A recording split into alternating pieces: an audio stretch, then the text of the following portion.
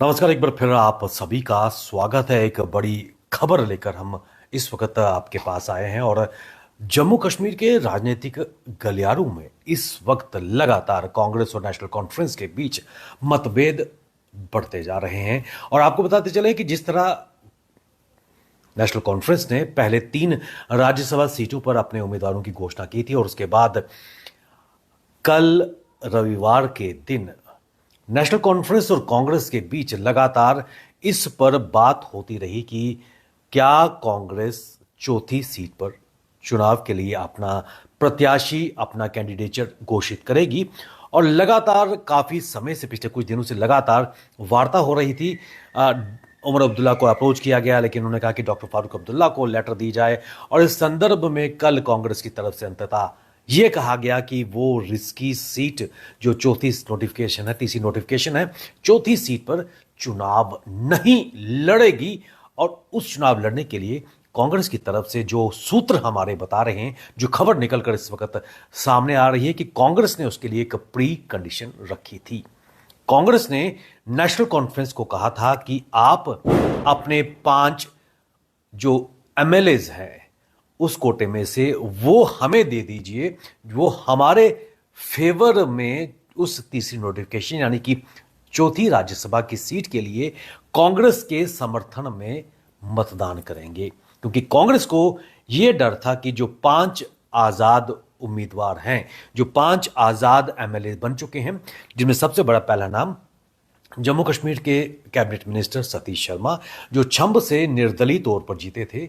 उसके बाद बनी के विधायक डॉक्टर रामेश्वर सिंह, और इंद्रवाल से प्यारेलाल शर्मा, उसके बाद थाना मंडी से पूर्व एमएलए नेता मुजफ्फर हुसैन, और उसके बाद सुरनकोट से मोहम्मद अकरम खान का नाम था कि ये 5 निर्दलीय उम्मीदवार, जो निर्दलीय विधायक हैं, जो इस वक्त नेशनल कॉन्फ्रेंस सरकार को अपना समर्थन दे रहे हैं, वो 5 आजाद एमएलएज कांग्रेस को अपना सपोर्ट देते और खासकर राज्यसभा की चौथी सीट के लिए अपने मताधिकार का प्रयोग करते। लेकिन कांग्रेस की तरफ से यह शर्त रखी गई थी कि ये 5 आजाद एमएलएज नेशनल कॉन्फ्रेंस के लिए वोट करेंगे और नेशनल कॉन्फ्रेंस इसके बदले अपने 5 एमएलएज चौथी सीट के लिए कांग्रेस के समर्थन में वोट देंगे।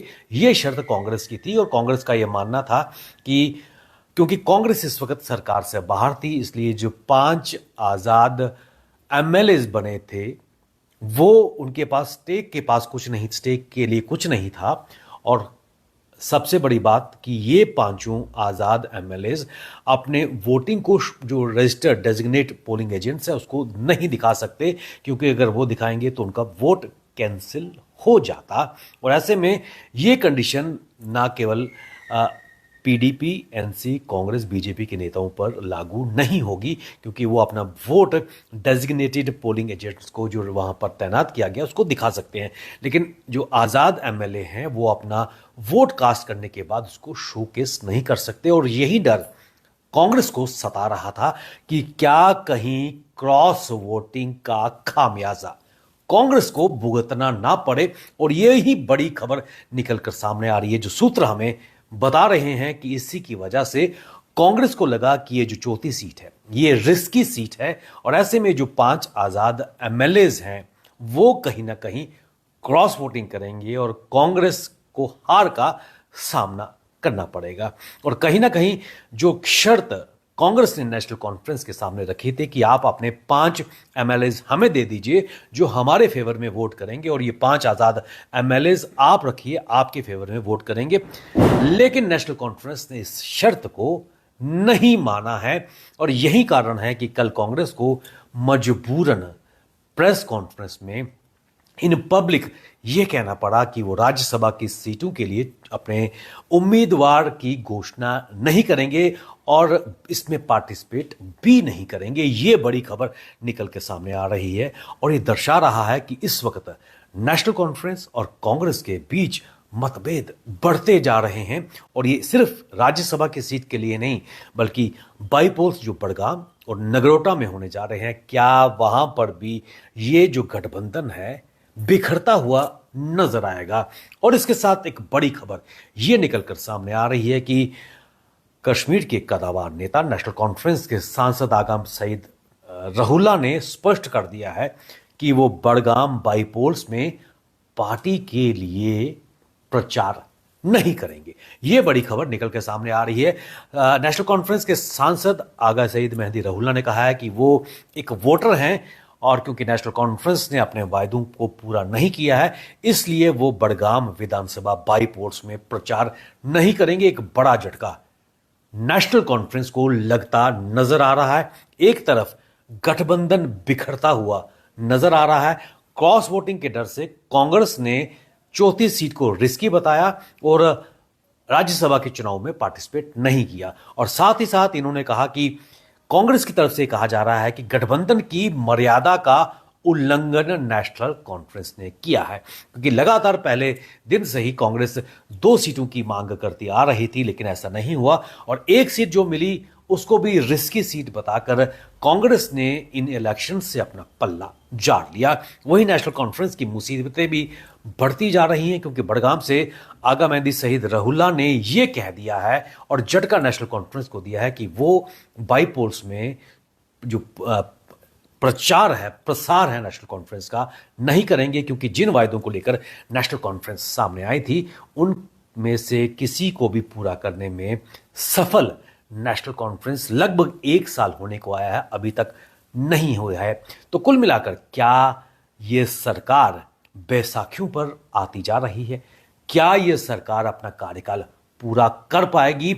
ये बड़ी अंदर से खबर निकलकर सामने आ रही है, क्योंकि ये माना जा रहा है कि कई ऐसी फोर्सेस हैं वो ये प्रयास कर रही हैं कि नेशनल कॉन्फ्रेंस का जो कुंभा है वो बिखर जाए और उसका फायदा कहीं ना कहीं भारतीय जनता पार्टी उठाए। और उसके साथ साथ जिस प्रकार आज उमर अब्दुल्ला ने जब राज्यसभा की नॉमिनेशन हुई थी उसके बाद यह कहा कि भारतीय जनता पार्टी 1 सीट भी नहीं जीतेगी, अगर जीतेगी तो मसल पावर, मनी पावर और एजेंसीज की ताकत पर वो ये इलेक्शंस, राज्यसभा का उन्होंने जिक्र किया, वो जीतेंगी।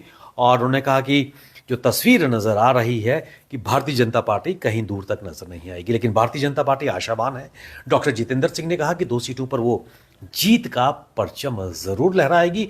काफी कॉन्फिडेंट वो लग रहे हैं, लेकिन क्या इन इलेक्शंस में जो डर इस वक्त कांग्रेस को सता रहा है क्रॉस वोटिंग का, क्योंकि सज्जाद लोन पीपल्स कॉन्फ्रेंस के चेयरमैन पीडीपी, क्योंकि पीडीपी का मानना है और उनके यूथ प्रेसिडेंट ने यह भी कहा था कि वो गांधी की आइडियोलॉजी को मानते हैं, यानी कि कहीं ना कहीं वो सपोर्ट कांग्रेस को कर सकते थे, नेशनल कॉन्फ्रेंस को भी कर सकते हैं, लेकिन उन्होंने कहा कि हम गोडसे की आइडियोलॉजी को सपोर्ट नहीं करेंगे। ये on record people's democratic party की तरफ से बयान सामने आया है कि हम गांधी की आइडियोलॉजी को मानते हैं, गोडसे की आइडियोलॉजी को नहीं मानते।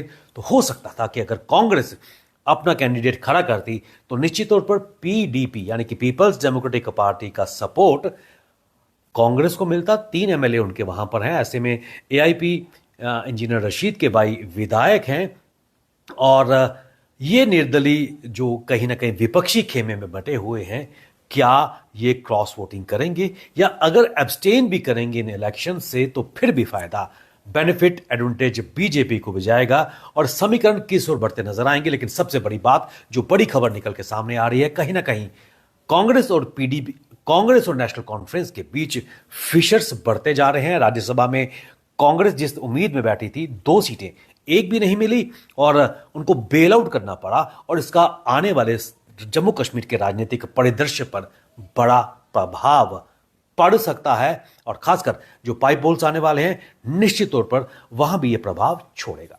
बने रहिए आप हमारे साथ। तमाम अपडेट के लिए हमें दीजिए इजाजत। नमस्कार।